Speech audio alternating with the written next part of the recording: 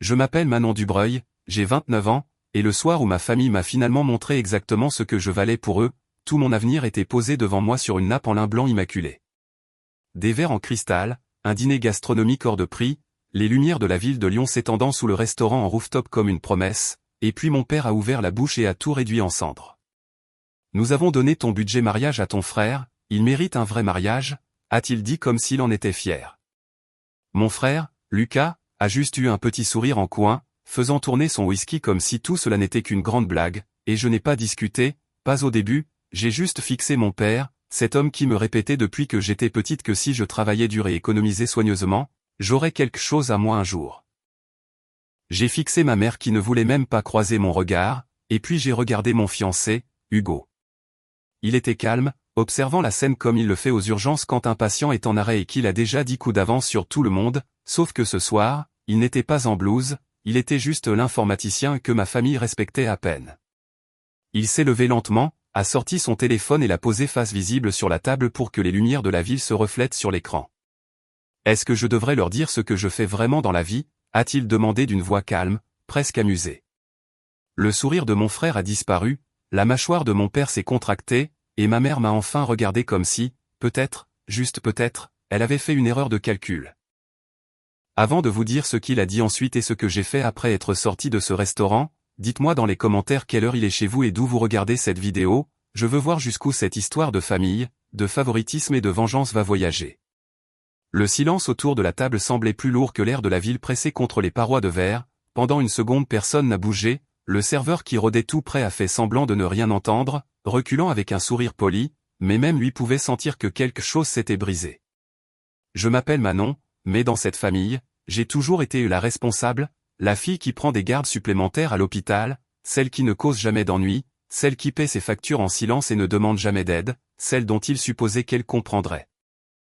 Mon père a fini par ricaner en levant son verre, ne sois pas dramatique Manon, on n'a rien volé, on a simplement réaffecté l'argent, Lucas en a plus besoin, il va avoir un vrai mariage, un grand événement, notre famille sera là, les clients seront là, toute la communauté lyonnaise, c'est un investissement. Le sourire suffisant de Lucas est revenu ramper sur son visage comme de la moisissure, il a incliné son verre vers moi, sans rancune, Serette, toi et ton informaticien, vous pouvez faire quelque chose de petit, d'intime, il a craché le dernier mot comme si cela signifiait le bon marché. Hugo ne s'est pas rassis. Intéressant, a-t-il dit doucement en tapotant son écran avec le pouce, parce que Manon et moi avons passé des années à planifier ce petit mariage avec notre propre argent. Le fonds que vous venez de donner ?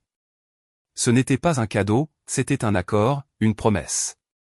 Mon père a balayé l'air de la main, tu réfléchis trop, Manon a un bon travail, elle peut toujours économiser plus, vous êtes jeunes tous les deux, ses yeux ont glissé vers Hugo avec mépris, et toi, tu travailles avec des ordinateurs, vous vous en sortirez.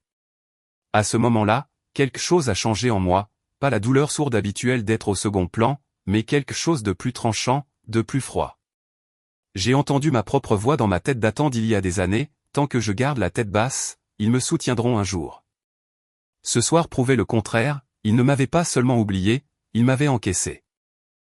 J'ai eu un flash, non pas d'un triste souvenir d'enfance, mais d'un futur que je voyais soudain avec une clarté terrifiante, je me voyais marcher vers l'hôtel quelque part loin de Lyon, le soleil sur mon visage, sans un seul membre de ma famille biologique en vue, je voyais mon frère dans des années assis seul dans un bar, faisant défiler des photos d'une vie dont il ne faisait pas partie, se demandant quand exactement il m'avait perdu, et pour la première fois, l'idée ne faisait pas mal, elle ressemblait à la justice.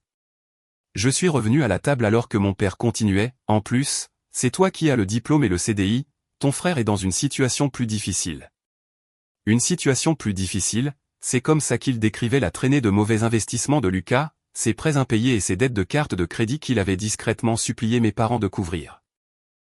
Mon père appelait ça l'aider à se remettre sur pied, alors que quand j'ai demandé de l'aide une fois pendant ma première année d'école d'infirmière, on m'a dit « tu es intelligente, tu te débrouilleras ». J'ai fixé la montre de créateur de mon frère, celle qu'il s'était vanté d'acheter à crédit, et j'ai senti un autre type de changement, un plan précis et net se formant au fond de mon esprit. Je n'avais pas besoin de crier pour me venger, j'avais juste besoin d'arrêter de protéger leur image. J'ai pris une inspiration, donc, laissez-moi bien comprendre, ai-je dit d'une voix stable, vous avez pris l'argent que vous m'aviez promis, le fonds que vous appeliez mon filet de sécurité, et vous l'avez donné à Lucas parce que son mariage est réel et le mien ne l'est pas? Mon père a froncé les sourcils, ne déforme pas mes propos, c'est lui qui porte le nom de la famille, Manon. Son mariage représente l'entreprise, l'héritage du Breuil, les gens vont jaser si son mariage est modeste. Et voilà, la vérité qui avait toujours été là mais jamais dite aussi clairement, je n'ai jamais été l'investissement, j'étais le plan B, la fille infirmière qui survivrait toujours, qui ne vaudrait jamais autant que le fils doré portant le même nom de famille. J'ai failli rire, mais à la place, j'ai fouillé dans mon sac à main, j'ai sorti une enveloppe pliée et je l'ai posée doucement sur la table devant mon frère. Lucas a cligné des yeux, c'est quoi ça? Quelque chose que j'allais utiliser pour t'aider, ai-je dit, maintenant, je ne suis plus sûr que tu le mérites. Son arrogance a vacillé, les yeux de mon père se sont plissés, Manon, qu'est-ce que c'est? Je n'ai pas encore répondu, j'ai regardé les lumières de la ville, puis la caméra imaginaire dans mon esprit, l'objectif que je m'imaginais depuis que j'avais commencé à raconter mon histoire en ligne. S'ils vont me traiter comme un bruit de fond, je m'assurerai que le monde entende ce qu'ils ont fait. Avez-vous déjà eu l'impression que la personne responsable de votre famille est juste la plus facile à sacrifier? Si vous étiez assis à cette table, auriez-vous explosé ou fait ce que j'ai fait? Laissez le silence travailler pour vous, dites-moi dans les commentaires si vous avez déjà réalisé en un instant brutal que vous n'étiez que le plan B. Lucas a fait glisser l'enveloppe vers lui, les doigts soudain moins assurés. Si c'est pour me faire culpabiliser, je ne suis pas d'humeur, a-t-il marmonné, mais il l'a quand même ouverte. À l'intérieur se trouvaient des photocopies soigneusement agrafées, ses yeux ont parcouru la première page et la couleur a quitté son visage, il a tourné la deuxième page, puis la troisième, de plus en plus vite, avis de retard, soldes impayés, impression de mail, un logo bancaire familier. Mon père s'est penché, c'est quoi ça, a-t-il exigé. La mâchoire de Lucas s'est serrée, rien, des vieux trucs. J'ai gardé ma voix calme, ce n'est pas vieux, le dernier date d'il y a 3 semaines. La banque veut parler de la compte de la salle de mariage que tu as payée avec une ligne de crédit que tu as déjà plafonnée, la même banque qui a aussi un gage sur ta voiture. Ma mère a haleté, Lucas? Il m'a foudroyé du regard, tu as fouillé dans mes affaires. Non, ai-je dit, tu as utilisé mon email comme contact de secours il y a 2 ans quand ton compte a été piraté, tu te souviens? Ils ont recommencé à me mettre en copie quand tu les as ignorés. J'aurais pu supprimer ces mails, bloquer les notifications, te protéger comme je le fais toujours. Je me suis adossé à ma chaise, je ne l'ai pas fait. Ce n'était pas un caprice impulsif, c'était la première frappe légère dans une guerre que je n'avais pas réalisée menée seule depuis des années. J'avais discrètement rappelé à Lucas ses échéances, viré de petites sommes juste pour qu'il tienne jusqu'au vendredi, couvert ses arrières quand mes parents demandaient pourquoi il avait l'air stressé, et pourtant, c'était moi qui n'avais pas besoin du fonds de mariage. Mon père s'est tourné vers moi, comment oses-tu humilier ton frère comme ça au dîner, en public? Il n'était pas en colère à cause de la dette, il était en colère que j'ai brisé l'image polie de la famille du Breuil qu'il vénérait. J'ai senti ma voix monter mais je n'ai pas essayé de l'arrêter, je n'ai pas créé ces dettes, je n'ai rien signé, je ne suis pas celle qui a joué avec son avenir pour ensuite revenir ramper à la maison. Lucas a claqué sa paume sur la table, les verres ont tremblé, un couple à la table voisine s'est retourné pour regarder. Tu penses que tu vaux mieux que moi parce que tu essuies du sang et du vomi aux urgences? Je sais que je vaux mieux que toi, ai-je rétorqué, la poitrine haletante, pas à cause de mon travail, mais parce que je n'attends pas que maman et papa nettoient mes dégâts pour appeler ça de l'amour. Le mot est resté suspendu, amour, comme une accusation. Le visage de mon père a pris une teinte que je n'avais vue que lorsqu'il hurlait devant des matchs de foot, ça suffit, a-t-il sifflé, Manon, tu dépasses les bornes. Ton frère a été sous une pression énorme, prenant des risques pour faire grandir sa carrière, pendant ce temps tu as choisi un emploi sûr et stable, tu savais que tu retomberais toujours sur tes pieds. Son regard s'est durci, tu n'as pas le droit de lui jeter ses difficultés au visage juste parce que tu penses avoir souffert davantage. Quelque chose en moi a craqué. Pense, ai-je répété, ma voix soudain dangereusement calme. Je sentais Hugo observer, attendre, mais il n'est pas intervenu, il comprenait que c'était une blessure qui s'infectait bien avant qu'il n'entre dans ma vie. Laisse-moi te rappeler quelque chose, papa. Mes mains tremblaient légèrement mais je m'en fichais. Quand j'avais 16 ans et que je travaillais le soir à la brasserie, je t'ai supplié de ne pas me laisser rentrer seul en voiture après le service de nuit, j'étais épuisé, il pleuvait, tu te souviens? Les yeux de ma mère se sont écarquillés, Manon, ne fais pas ça.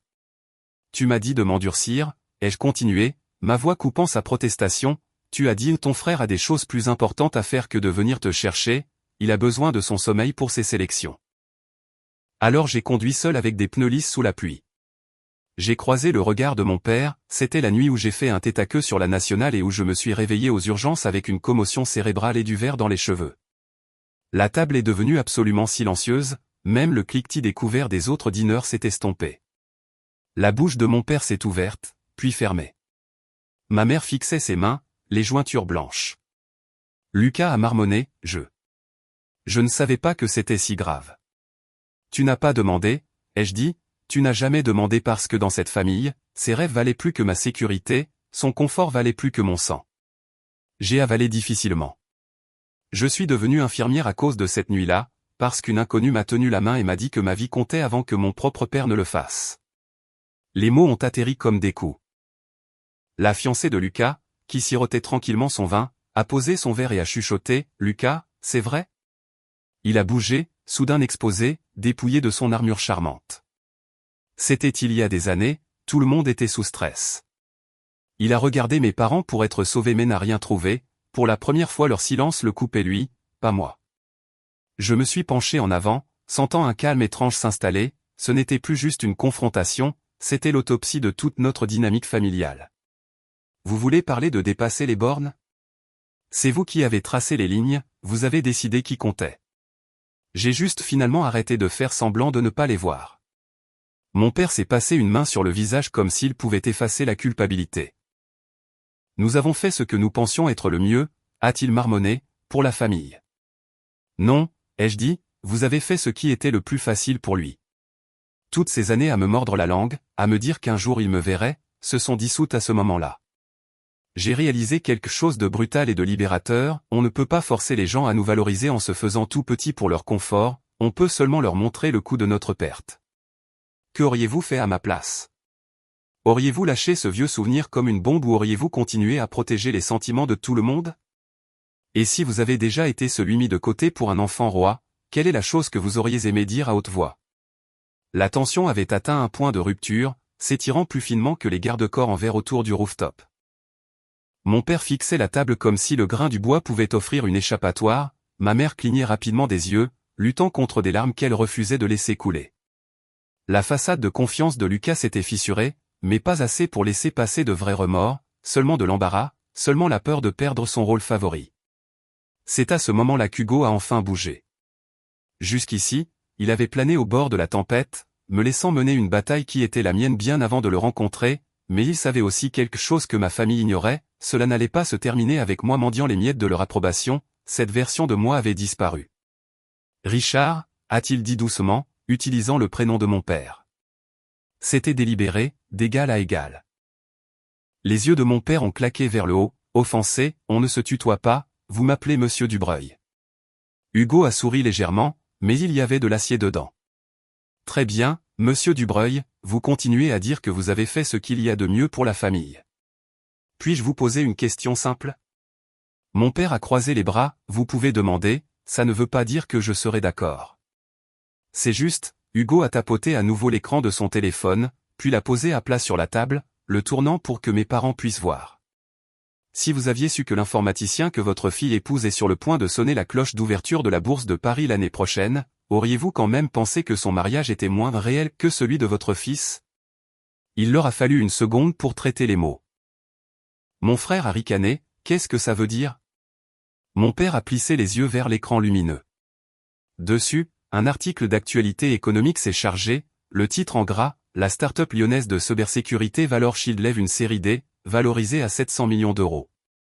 En dessous, une photo des trois cofondateurs, l'un d'eux était Hugo dans un costume que je n'avais vu que pendu au fond de son placard. Mon père s'est penché plus près, ses lèvres bougeant silencieusement alors qu'il lisait la légende, cofondateur et directeur technique, Hugo Lemaire. Ma mère a chuchoté, c'est toi. Hugo a hoché la tête une fois, c'est moi. Nous sommes restés discrets parce que je ne voulais pas que ma relation avec Manon tourne autour de l'argent. Je voulais que vous voyiez sa valeur bien avant de connaître la mienne. Il a regardé directement mon père, vous avez échoué à ce test. Le visage de mon père est passé par 3 étapes, incrédulité, calcul, et quelque chose proche de la panique. Pourquoi tu n'as rien dit, a-t-il exigé. On parle de combien les mariages coûtent cher et tu es resté assis là. Ce n'est pas comme ça que fonctionne une famille. L'ironie de sa définition de la famille m'a presque fait rire, Hugo n'a pas ri. J'ai dit quelque chose, a-t-il répondu, je vous ai dit que je prendrais soin de Manon, je vous ai dit que nous avions des économies, je vous ai dit que nous n'avions pas besoin d'un grand mariage ou de votre argent pour être heureux. Vous avez juste supposé que cela signifiait que nous n'avions pas les moyens. Mon frère a fixé l'écran comme s'il l'avait personnellement trahi, tu veux dire que tu es riche, a-t-il lâché, et tu les as laissés me donner son budget? Hugo l'a enfin regardé, oui, parce que je voulais voir ce que tu ferais quand tu penserais que je n'avais rien à offrir à ta version de l'héritage du Breuil.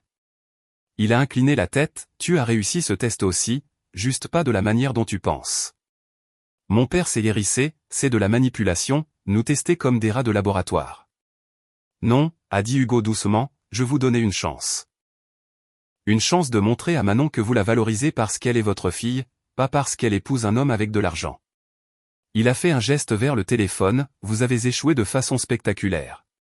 Pendant un battement de cœur, personne n'a parlé, la ville grondait en dessous de nous, circulation, musique, rire, mais là-haut, le seul son était la respiration superficielle de mon frère. Il a fini par craquer, tu ne peux pas nous tenir ça au-dessus de la tête, ce n'est pas comme si tu étais milliardaire, les startups se plantent tout le temps. Le sourire d'Hugo est devenu tranchant comme un rasoir, tu as raison, elle se plante, la mienne pourrait. C'est ça le truc avec le risque, nous en prenons tous les deux. Il m'a jeté un coup d'œil, puis a regardé ma famille, mais nous avions un plan. Avant ce soir, Manon et moi allions vous surprendre. Il a regardé mes parents, le regard stable, nous allions rembourser chaque euro que vous aviez jamais économisé pour elle, plus les intérêts, en guise de remerciement. Nous allions vous aider à rembourser l'hypothèque de votre maison, peut-être même investir pour agrandir votre entreprise de construction, monsieur Dubreuil. Mon père a aspiré une bouffée d'air, la main de ma mère a volé à sa bouche, vous alliez quoi? Passé composé, a dit Hugo, nous allions, parce que ce soir vous lui avez montré exactement où est sa place. Vous avez clairement fait comprendre que l'image de votre fils compte plus que la dignité de votre fille. Alors voici ma révélation pour vous. Il a glissé le téléphone dans sa poche. Je vais toujours l'épouser, nous allons toujours avoir la vie que nous avons prévue, mais votre rôle dans cette vie. Il a haussé les épaules. Ça vient de changer. J'ai regardé mon père traiter ça, pas seulement l'argent perdu, mais l'accès perdu, les affaires qu'il s'imaginait déjà faire, le droit de se vanter d'avoir un gendre PDG dans la tech. J'ai vu le moment où il a réalisé qu'en réaffectant mon budget mariage, il avait peut-être réaffecté son accès à mon avenir. Il a essayé de se rattraper, la voix soudain douce, Manon, ma chérie, on ne savait pas. Si on avait su qu'il réussissait, on aurait géré ça différemment. Cette phrase a été le dernier clou du cercueil. Si on avait su qu'il réussissait. Pas si on avait su à quel point ça te blessait, pas si on avait su à quel point on trahissait ta confiance. L'argent, le statut, c'est ce qui les émouvait, pas mes larmes, pas mon silence, pas ma quasi-mort à 16 ans. À cet instant, quelque chose en moi s'est transformé en glace puis étrangement en acier, je n'avais plus le cœur brisé, j'en avais fini. Avez-vous déjà entendu quelqu'un dire accidentellement la vérité laide et silencieuse à voix haute? Le genre qui vous libère enfin parce que vous ne pouvez pas l'oublier. Dites-moi si vous avez déjà eu cette phrase unique qui a tout changé pour vous. J'ai reculé ma chaise, les pieds raclant bruyamment le sol, des têtes se sont tournées depuis d'autres tables mais je m'en fichais. Si ma famille voulait une scène publique, ils avaient choisi la mauvaise fille à sous-estimer. Alors c'est tout, ai-je dit calmement, vous nous auriez respecté si vous aviez su qu'il était riche. Vous auriez géré ça différemment, pas à cause de moi, à cause de lui. Mon père a tendu la main vers la mienne mais j'ai reculé. Manon, ne sois pas gamine, nous sommes une famille, on peut arranger ça, on parlera à la banque, on bougera des choses, peut-être qu'on peut reconstruire le fonds, le partager. J'ai ri, un son bref et dur qui semblait venir de quelqu'un d'autre. Tu ne comprends pas, ai-je dit, ce n'est pas une erreur de tableur Excel. C'est des décennies où vous me montrez exactement où je me situe. Ma mère a finalement parlé, la voix tremblante, nous avons fait des erreurs, mais nous t'aimons, nous avons juste supposé que tu irais bien, tu retombes toujours sur tes pieds. Parce que vous n'avez jamais proposé de me rattraper, ai-je répondu, vous avez gardé tous vos filets pour lui. Je me suis tourné vers Lucas, dis-moi quelque chose Lucas, quand tu leur as demandé de l'aide pour tes dettes, as-tu jamais pensé d'où venait l'argent? Il n'a pas répondu, il n'avait pas à le faire, la culpabilité sur son visage était ma réponse. J'ai pris une inspiration, me forçant à dire les mots que j'avais répétés dans ma tête 1000 fois dans des versions plus petites et plus sûres. Je ne peux pas continuer à saigner pour une famille qui ne se montre que lorsque mon sang leur profite. C'est fini. Les yeux de ma mère se sont remplis de larmes. Fini? Avec quoi? Avec ça, ai-je dit en montrant la table, avec le fait d'être l'invisible, d'être la forte que vous pouvez drainer à tout moment quand le fils prodigue trébuche, avec le fait de courir après votre approbation comme si c'était de l'oxygène. Je me suis redressé, j'ai fini d'être votre plan B. La voix de mon père s'est durcie, tu surréagis, tu vas jeter toute ta famille pour une décision financière. Ce n'est pas une question d'argent, ai-je redit, c'est ce que cette décision révèle. Je l'ai regardé droit dans les yeux, si je t'avais dit que j'avais perdu mon travail et que j'avais besoin de ce fonds pour garder un toit au-dessus de ma tête, me l'aurais-tu donné? Il a hésité, une demi-seconde, juste assez. On aurait trouvé un moyen de vous aider tous les deux, a-t-il dit. C'était la mauvaise réponse et nous le savions tous les deux. Hugo se tenait à côté de moi maintenant, une présence silencieuse mais inamovible. Manon, a-t-il murmuré, on n'a pas besoin de continuer à faire ça. Il ne me disait pas quoi faire, il me rappelait que j'avais des options, quelque chose que ma famille n'avait jamais envisagé. Dans leur esprit, ma vie gravitait autour d'eux. Ce soir, l'orbite s'est brisée. J'ai sorti mon portefeuille et posé ma carte bancaire à côté de mon assiette vide. Nous paierons notre part du dîner, ai-je dit, considérez que c'est la dernière fois que je subventionne cette famille. Mon père s'est hérissé, tu n'es pas obligé d'être mesquine. Je ne suis pas mesquine, ai-je répondu, je suis précise. Puis j'ai fait quelque chose que je n'avais imaginé que lors de mes nuits les plus solitaires. J'ai enlevé le bracelet délicat que ma mère m'avait offert pour mon diplôme d'infirmière, celui qu'elle avait appelé un symbole de à quel point nous sommes fiers de toi, et je l'ai posé doucement sur la table. Tu m'as dit que ça signifiait que vous seriez toujours dans mon coin, ai-je dit, mais c'est juste un bijou, un symbole sans substance. Je l'ai fait glisser vers elle, tu peux le garder. Ma mère a tressailli comme si je l'avais giflé, Manon, s'il te plaît, ne fais pas ça. Je le fais, ai-je dit, parce que si je reste, rien ne change.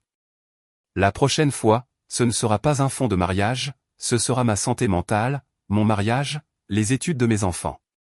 Vous aurez toujours une raison pour laquelle Lucas a besoin de plus, mérite plus, compte plus. J'ai croisé le regard de mon père une dernière fois, je ne vous demande pas de choisir entre vos enfants, vous l'avez déjà fait. Je choisis juste de ne pas rester là à faire semblant de ne pas l'avoir remarqué. Lucas a reculé sa chaise, se levant, tu es pathétique, a-t-il claqué, tu vas sérieusement jouer la victime parce que la vie t'a enfin envoyé une difficulté? La vie m'a envoyé plein de difficultés, ai-je dit, tu ne les as juste jamais vues parce que tu étais trop occupé à être la star du spectacle.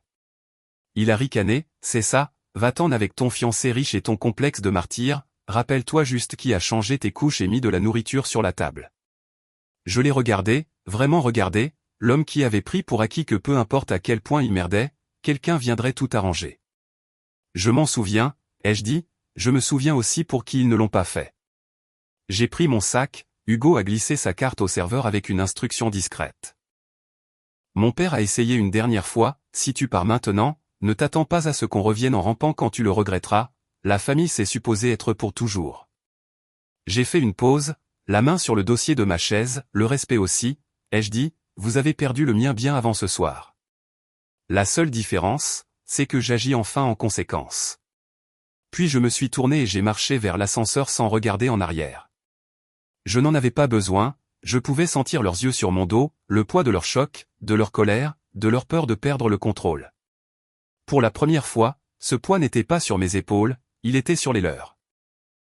Auriez-vous quitté la table ou seriez-vous resté, avalant le manque de respect en vous disant « ça ne vaut pas le drame » ? Soyez honnête, quel prix mettez-vous sur votre propre paix ? Les portes de l'ascenseur se sont fermées avec un léger sifflement, séparant le monde du rooftop fait de nappes blanches et de jeux de pouvoir de la boîte en métal fraîche et bourdonnante où il n'y avait que moi et Hugo. Alors que nous descendions étage par étage, mes jambes ont finalement commencé à trembler, l'adrénaline qui m'avait porté à travers la confrontation refluait, laissant derrière elle un épuisement lourd et douloureux.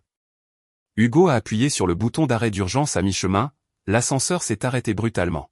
« Respire », a-t-il dit doucement, « juste une minute. » Pas de public, pas de témoin, juste toi et moi. Les larmes sont venues alors, chaude et furieuse. Je savais qu'il préférait Lucas, ai-je étouffé, je l'ai toujours su.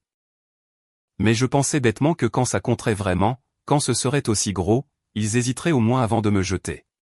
Hugo m'a tiré contre sa poitrine, stable comme toujours. Ils n'ont pas hésité, a-t-il dit doucement, c'est leur faute, pas la tienne. Nous sommes restés là un long moment, l'ascenseur bourdonnant doucement autour de nous. Quand je me suis enfin reculé, je me sentais plus légère, pas heureuse, pas encore, mais décrochée. Comme si quelqu'un avait enfin coupé les fils qui contrôlaient chacun de mes mouvements. Et maintenant, ai-je chuchoté. Maintenant, a dit Hugo en redémarrant l'ascenseur, on construit une vie où tu n'auras plus jamais à demander est-ce que je compte pour eux, parce que la réponse sera, ça ne décide pas de ma valeur de toute façon.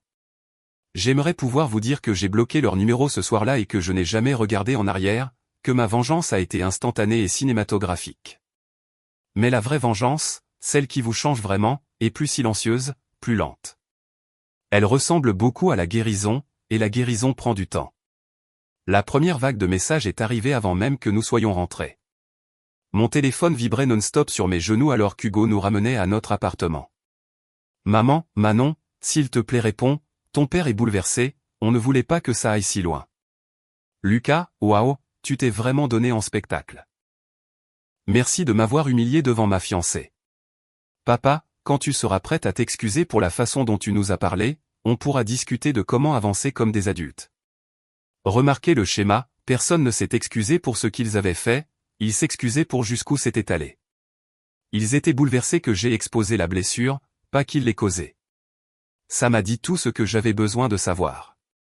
Je n'ai pas répondu. Pas ce soir-là, pas le lendemain. Je suis allé travailler, j'ai trié des patients, tenu la main d'inconnus dont les familles, elles, s'étaient déplacées, et laissé le rythme des urgences me rappeler que j'avais une valeur bien au-delà du livre de compte de la famille Dubreuil. Entre les codes trauma et les dossiers médicaux, je fixais mon téléphone et rédigeais des réponses que je n'envoyais jamais. Une semaine plus tard, un autre type de message est arrivé, un long message de ma mère plein de « nous étions sous stress et le cœur de ton père était à la bonne place et tu dois comprendre la pression qu'il ressent pour l'entreprise et l'avenir de Lucas. » Tout à la fin, presque comme une pensée après coup, elle a écrit « La date du mariage de ton frère est fixée en octobre, nous t'attendons là-bas, ce sera une bonne occasion de montrer à tout le monde que la famille est unie. » C'est là que ma vengeance silencieuse a vraiment commencé. Pas avec un cri, avec une décision. J'ai répondu « Je ne viendrai pas. » Je lui souhaite du bien, mais je ne me tiendrai pas dans une pièce où ma présence est juste un accessoire pour votre image. J'ai fini de jouer la fille invisible pour vous faire passer pour de bons parents. Puis j'ai mis mon téléphone en mode ne pas déranger, je me suis tourné vers Hugo et j'ai dit, parlons du déménagement. Nous avions évoqué l'idée avant, déménager une fois l'introduction en bourse de Valorchill passée, peut-être vers Annecy ou dans le sud-ouest. Maintenant ce n'était plus un peut-être, c'était un plan, une nouvelle chronologie courant parallèlement à la vie que je supposais devoir vivre, toujours à distance de voiture, toujours disponible pour les fêtes, toujours d'astreinte pour le prochain incendie financier qu'ils avaient besoin que j'éteigne. Dans leur chronologie, je me pointerai au mariage de Lucas en souriant pour les photos, serrant dans mes bras des gens qui ne prendraient jamais la peine de demander pourquoi j'avais l'air fatigué. Dans la mienne, Hugo et moi serions ailleurs, complètement ailleurs, construisant des traditions qu'ils ne pourraient jamais gâcher. Au cours des mois suivants, nous avons fait quelque chose que mes parents n'attendaient jamais, nous sommes devenus plus silencieux, pas plus bruyants. Nous ne nous sommes pas battus, nous n'avons pas expliqué. Quand ma mère appelait, je laissais aller sur messagerie. Quand mon père envoyait de longs messages sur les obligations familiales, je les archivais. Quand Lucas postait des photos de fiançailles avec des légendes sur le soutien familial béni, je le mettais en sourdine. J'ai refusé de nourrir leur récit. À la place, j'ai versé mon énergie dans nous. Nous avons trouvé un petit lieu privé juste à l'extérieur de la ville, une serre convertie surplombant une vue magnifique. Nous l'avons réservé pour une date 2 semaines avant le grand mariage à l'église de Lucas. Hugo a géré les prestataires, j'ai géré la liste des invités. Mon côté était court, quelques amis proches des urgences, un ancien professeur, une voisine devenue comme une seconde mère, pas un seul parent par le sang. Le premier jet de la liste d'invités a fait mal, le second ressemblait à la justice. Nous nous sommes mariés en douce mais au grand jour, pas de secret, pas de honte. J'ai posté une seule photo le lendemain matin, moi et Hugo sous un auvent de guirlandes lumineuses, ma robe simple ondulant, sa main sur ma joue. La légende était courte, j'ai arrêté d'attendre que ma famille me choisisse. Alors, je me suis choisi moi-même. Madame le maire au rapport. Les commentaires ont afflué d'amis et de collègues, tous des émojis cœur et feu et des tu le mérites. De ma famille? Silence, du moins en ligne. En privé, ma mère a appelé 5 fois. Mon père a envoyé un message final, tu nous as embarrassés. Tu as rendu les choses très compliquées. Ne t'attends pas à ce qu'on explique ça à tout le monde pour toi. J'ai fixé les mots et réalisé qu'il pensait toujours que la pire chose que je pouvais lui faire était de l'embarrasser. Il était sur le point d'apprendre qu'il avait tort. Avez-vous déjà pris la voie de la vengeance silencieuse? Couper le contact, construire votre propre vie, refuser de se battre selon les termes de quelqu'un d'autre? Est-ce que cela semblait puissant ou juste solitaire au début? Je veux savoir combien d'entre nous se sont choisis en silence. Octobre est arrivé plus vite que prévu. À ce moment-là, la date de l'introduction en bourse était annoncée, le déménagement était réel, et les cartons dans notre salon étaient scotchés et étiquetés. Le seul rappel de mon ancienne vie était dans ma boîte mail, une invitation électronique au mariage de Lucas adressée à Manon Dubreuil plus invité. Comme si rien n'avait changé, comme si je n'avais pas changé de nom, comme s'ils avaient déjà décidé de ne pas reconnaître ça non plus. J'ai cliqué sur décliner sans ajouter de note. Le jour de son mariage, Hugo et moi étions dans un fuseau horaire différent, mentalement, debout au milieu de notre appartement à moitié déballé à Annecy. L'endroit sentait le carton et les nouveaux départs, la neige saupoudrait le sommet des montagnes distantes. Dans une autre chronologie, je serais en train de me faire coiffer dans un sous-sol d'église bondé, souriant de manière crispée pendant que les proches me diraient quelle chance avait Lucas, à quel point mes parents devaient être fiers. Dans cette chronologie, j'étais pieds nus tenant une tasse de café, regardant le lever de soleil peindre le ciel au-dessus des Alpes. Vers midi, mon téléphone s'est allumé. Des photos ont commencé à apparaître dans le groupe de discussion que j'avais oublié de quitter, la famille élargie en tenue de soirée, l'église décorée en blanc et or, Lucas rayonnant à l'autel, mes parents posant devant, ressemblant en tout point au couple fier et uni. Si vous ne regardiez pas de près, vous penseriez que tout était parfait. Si vous regardiez de près, vous remarqueriez quelque chose, il n'y avait pas de demoiselle d'honneur, pas de sœur debout à côté de lui, juste un vide, un espace où j'aurais été. Certaines personnes ont remarqué. Une cousine que je connaissais à peine m'a envoyé un message privé sur les réseaux, « Hey, tu vas bien? On pensait tous que tu serais là. Tes parents ont dit que tu étais trop occupé par le travail. » J'ai fixé le message, puis les photos. Le sourire de ma mère n'atteignait pas tout à fait ses yeux. Mon père avait l'air plus vieux, comme si le poids qu'il avait l'habitude de presser sur moi s'était finalement installé sur ses propres épaules. Pendant une seconde, le chagrin m'a transpercé. Pas pour eux, pour ce qui aurait pu être. La version de ma vie où ils étaient assez sains pour m'applaudir aussi fort qu'ils l'applaudissaient lui. Mais cette version était de la fiction. Celle-ci était réelle. J'ai répondu, je vais bien. J'ai choisi de ne pas venir. Parfois la chose la plus saine à faire est de sortir du cadre. Ma cousine a répondu par un seul message, je comprends plus que tu ne le crois. Plus tard dans la soirée, une autre photo a fait surface. Celle-ci non posée, pas parfaite. Quelqu'un avait pris mon père debout seul à l'extérieur de la salle de réception, sa cravate desserrée, téléphone en main, fixant l'écran avec un regard qui était à parts égales colère et autre chose, regret. Ma mère était en arrière-plan parlant avec animation à un groupe d'invités, racontant probablement une histoire sur le fait que j'étais trop débordé par l'hôpital. Toujours un récit qui les rendait nobles, endurants. Toujours une version où j'étais le problème et eux les héros. Ce qu'ils ne savaient pas, c'est que leur histoire ne m'importait plus. Ce qui comptait, c'était celle que j'écrivais. Celle où la fille qui a failli mourir en conduisant seule à 16 ans ne continuait pas à reconduire vers le même naufrage émotionnel à 29 ans. Celle où la fille invisible s'est rendue si visible dans sa propre vie que le refus de sa famille de la voir est devenu une note de bas de page, pas l'intrigue principale. Un mois plus tard, Valor Shield est entré en bourse. Hugo se tenait sur une estrade à Paris, les confettis tombant, les caméras flashant. Je regardais depuis le côté, mon badge d'hôpital échangé contre une simple alliance en or à mon doigt et un passe-presse autour du cou. Les articles ont afflué, interviews, profils, gros titres. Rencontrer l'infirmière des urgences qui est restée anonyme pendant que son mari bâtissait un empire de cybersécurité. Quand les journalistes demandaient à propos de ma famille, je répondais honnêtement, parfois, les gens qui partagent votre nom de famille ne partagent pas vos valeurs, alors vous construisez la vôtre. Mes parents ont vu la couverture médiatique. Comment je le sais? Parce qu'un jour, des mois après l'hypo, un email est arrivé de mon père. Pas de salutations, pas d'excuses, juste, nous avons vu les infos. Félicitations. Nous sommes fiers de toi. Peut-être qu'on pourrait parler de se voir un de ces jours, ça signifierait beaucoup pour ta mère. Je l'ai lu 2 fois, puis encore une fois. Pendant une fraction de seconde, la petite fille en moi, celle qui aurait jadis tout fait pour ces mots, a tendu la main vers le bouton répondre. Puis la femme que je suis devenue a posé le téléphone. Je n'ai pas répondu ce jour-là ni le suivant. À la place, je me suis assise sur notre petit balcon, l'air frais d'Annecy contre ma peau, et je me suis posé la question que je vous pose maintenant, que veulent-ils vraiment? Veulent-ils de moi? De mes vérités désordonnées, de mes limites, de mon refus d'être au second plan? Ou veulent-ils l'accès à mon histoire, au succès de mon mari, à un récit où ils peuvent dire nous avons toujours cru en elle et espérer que personne ne creuse plus profond? C'est ça la vraie vengeance, au fait. Pas crever des pneus ou des explosions publiques. C'est savoir qu'ils ressentent enfin votre absence, que le vide au bord de leurs photos de famille est permanent, et que vous n'êtes pas vide sans eux.